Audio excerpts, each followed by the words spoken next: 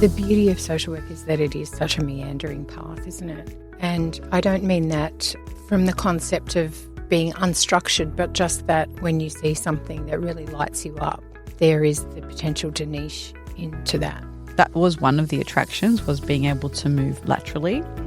And I think it's what can make our reputation watered down, is that because we can work in so many areas and that base qualification is only the starting point, it's actually not enough on its own. It means that people aren't really clear what we do, because you can work in, and when I supervise students, I've had tens of them, and the placement variety is so big, which is how the podcast, actually, the Inside Social Work podcast started, was interviewing the different placements. So you can do everything from policy to hospital, mental health, criminal justice, family work, advocacy work, environmental. It really spans across so many areas. Hello and welcome to this collaboration between the Inside Social Work podcast and the Becoming an AMHSW, the podcast. Welcome, everybody. I'm Marie Vakakis. I'm Ashton Hayes. And we are two social workers, different social workers in different states with different businesses, different journeys, and even different generations. And we have been working on this collaboration for probably a year. I think it's been about a year, yeah. So we have a whole bunch of stuff planned for you all over the next several weeks. And we're starting off with why, how we came together. We were talking about this and I was like, no, press pause. Press pause in the conversation about how we met. Do you remember how we met? I do, actually. I searched up my messages and I found a message from you which dates all the way back to February 2020, which was, I guess, about a month before everything shut down. And you sent me a message and you said, hey. Did I send it? Is that LinkedIn or Yeah, Facebook? It's LinkedIn. Okay, that's why I couldn't find it. That's why. You said, hey, Ashton, your supervision groups look interesting to me. Would you like to chat to me about them on my podcast, Inside Social Work? And you said yes. I said yes. Because you were on the podcast. I was on the podcast and I was really flattered that you had reached out. And it just grew from there that I did your podcast and we have been in touch and sort of talked about how it is to be social workers in the AMHSW space. Yeah, so I think that would have been very early in my AMHSW career. I probably would have just got the approval, got the passed it, whatever, and was, everyone who listens to me regularly knows I love learning and I love networking, and I would have just cast a wide net and gotten in all the Facebook groups and followed everyone on LinkedIn. And I even went through the Find a Social Worker listing on the AASW website and just started connecting with people. Yeah, great. So if you haven't already connected with us, please do. Yeah. Send us a DM or LinkedIn message or something like that. Absolutely. So we wanted to start off with why we wanted to be social workers. Or what's been your journey? So I'll link to the full episode with Ashton from a couple of years ago on the Inside Social Work podcast. But maybe for your listeners who don't know you very well, because you're always interviewing other folk. I am. Tell us about yourself. Sure. So the story sort of goes that I started off wanting to be a legal aid lawyer and wanting to support children who were going through the system. And I kind of started off in that area and worked for some big firms overseas. And then when I returned to Australia, I just decided that due to some changes in my life circumstances, the 60, 70 hours a week that I would need to dedicate to that was just not doable. And so I realised that I could do the work that I wanted to do being a social worker. So I switched over to social work and just immediately felt like I'd found my people. So you actually studied law from memory? Did. Yeah. And so you didn't want to be a guitarist? I heard about this American skill you had that I did not know in all these years. Well, my actress/singer aspirations did not come to fruition. So why social work and not like criminology or like humanitarian work or community development? Well, interesting you should mention criminology because that's the degree I did after my social work degree. But I think the reason I went with social work was because I felt like I could do active work with outcomes more than perhaps I could do in a criminology space where I probably wouldn't have been working directly with people. It just felt like it encompassed the ethics and values that were important to me, and that it felt very human-centered, and that was something that appealed to me. Very interesting. Very cool. Do you regret it? No. What's been the best bit? About social work? Yeah. The people. I've made some incredible connections and I met some really amazing people. So I went to social work as a mature student.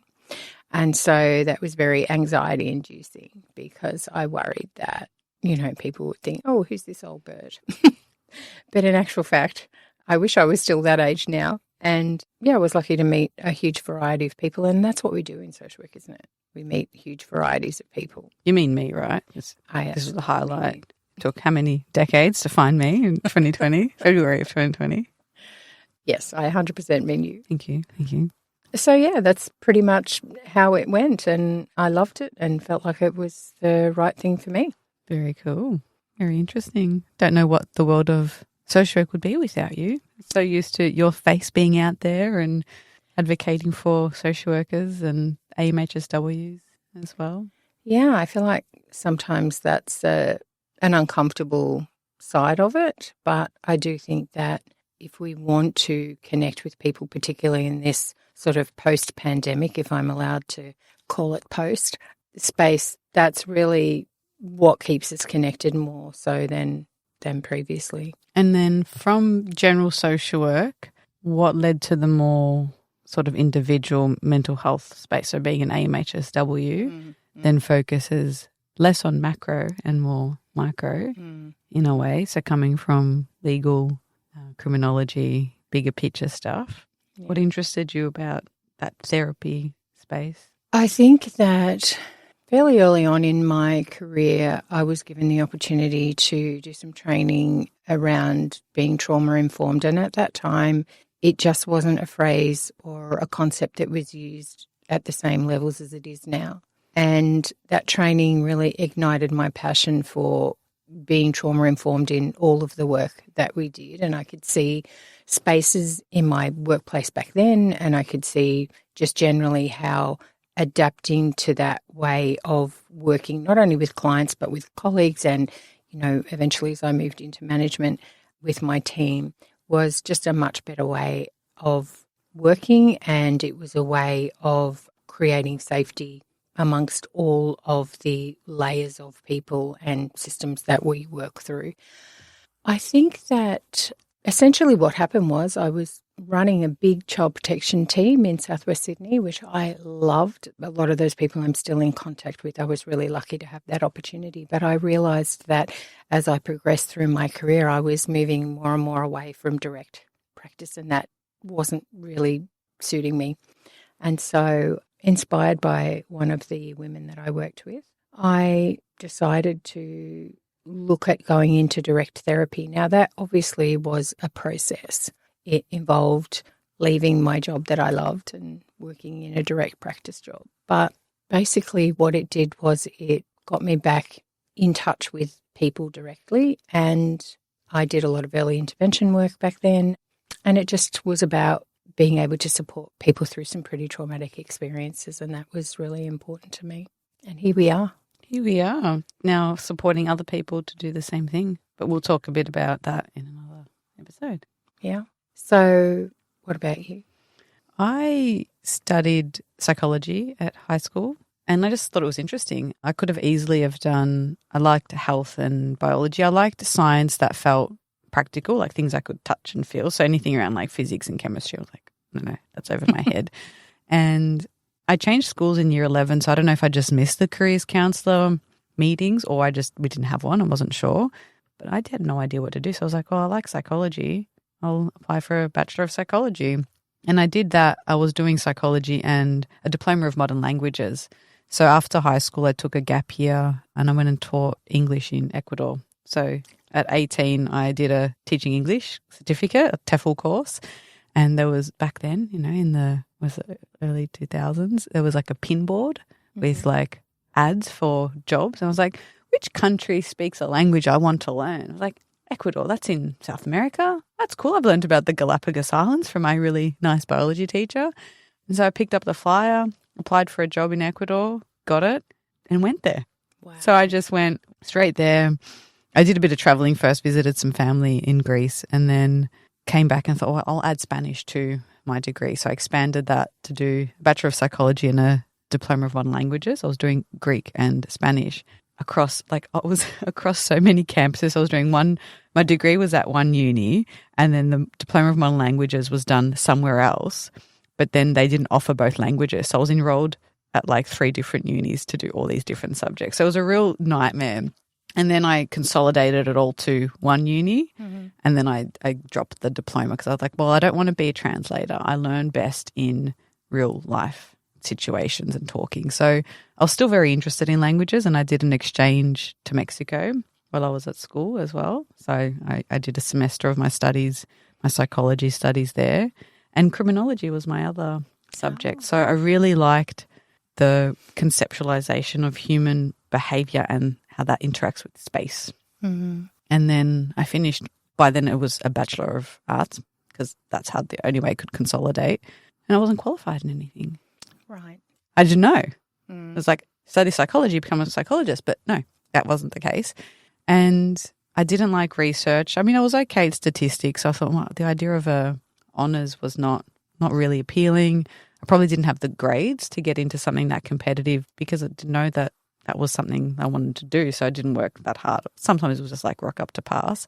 But also I liked things that were more practical and tangible. So the idea of rote learning for exams didn't really interest me. So I went back to Mexico for a little bit, travelled around and applied for a whole bunch of master's programs, and one of them was social work. And so I didn't know what social work was. I just looked at the subjects and I was like, oh, cool, there's kind of human development, there's mental health, there's systems, there's all these things that kind of incorporated psychology and mental health and public health and like all these different layers. So each subject looked really interesting. And then it just kind of went from there. So it was kind of an accident. I fell into it. I didn't know what it was. It is. It's funny that, isn't it? Because I hear variations on those stories from people where a lot of the time it wasn't a straight from high school situation. It was a pathway through lots of different other experiences. I'm super curious to know, do you speak Spanish fluently now? No, it's very, very rusty, but I was pretty good for the amount of time I spent there because I had to do all my studies in Spanish. So it was just, I jump off the deep end and go full immersion. So I literally rocked off the plane in Ecuador into this like not small country town, the third biggest city, so a little town called Cuenca, a little city called Cuenca. And I was like, I don't know a single word. And the first words I learnt weren't actually Spanish. They were the local native language. Right. So I'm like, that was extra confusing. But my host family put Post-it notes on everything for me. Oh, I love So they put like on the window, and on my door. And they were so cute. And they didn't speak English. Their children did, but they weren't there a lot. And so it was this beautiful retired couple who were using their house as sort of like hosting with the, I think they might have had university students, but I was linked to the local English language school. Okay. And so they took a lot of effort and made a lot of effort for that. So they taught me a lot, and you have no choice. It's full immersion. So that was pretty cool. But it's rusty. It's definitely rusty. So I'll have to spend some time back there. That's a really good excuse to do some travelling. Yes.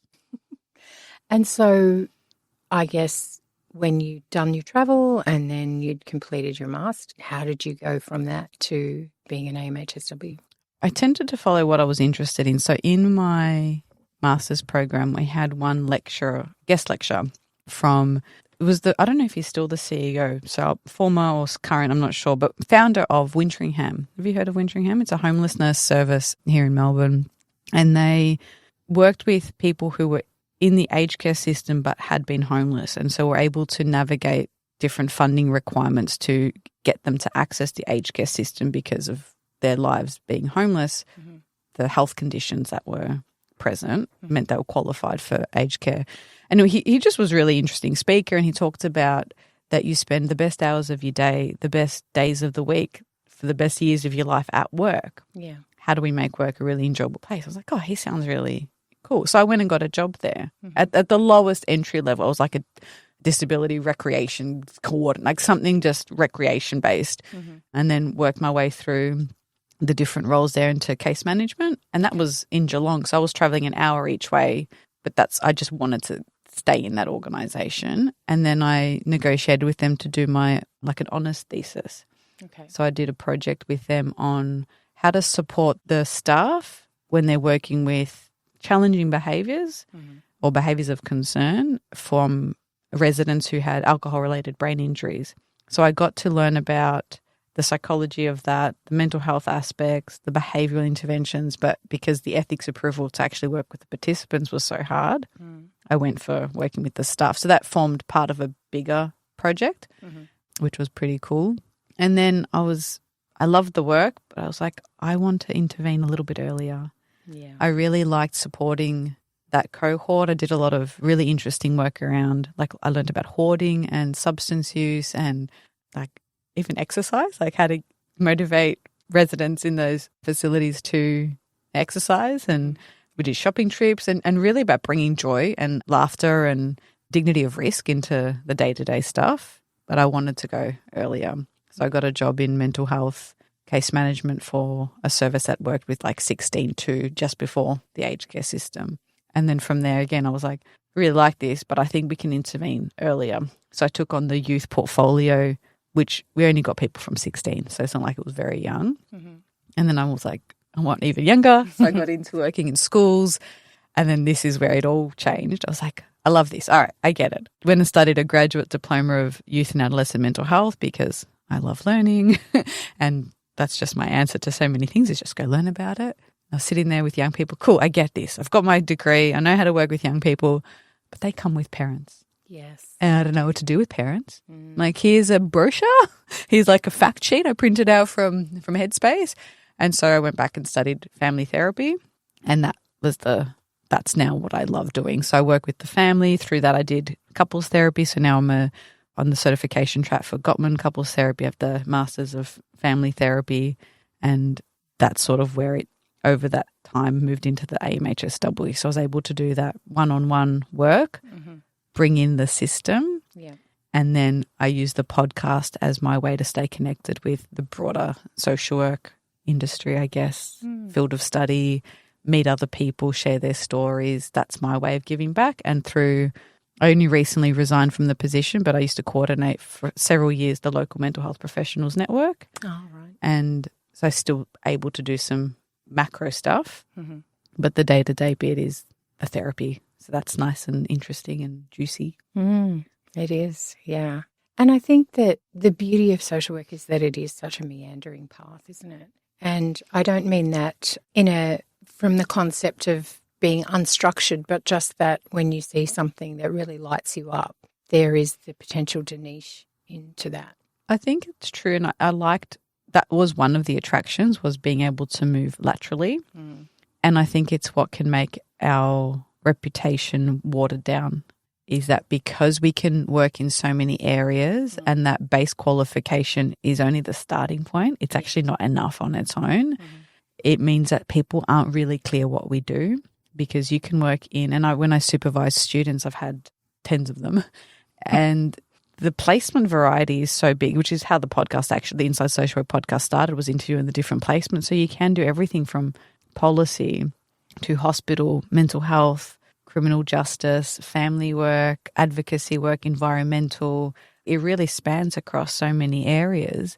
And then if you overlap that with another qualification or certificate or training, which a lot of people I know have done, it then broadens that even more. So it's great for diversity in your career, and it can make it a little bit hard sometimes to articulate what we do.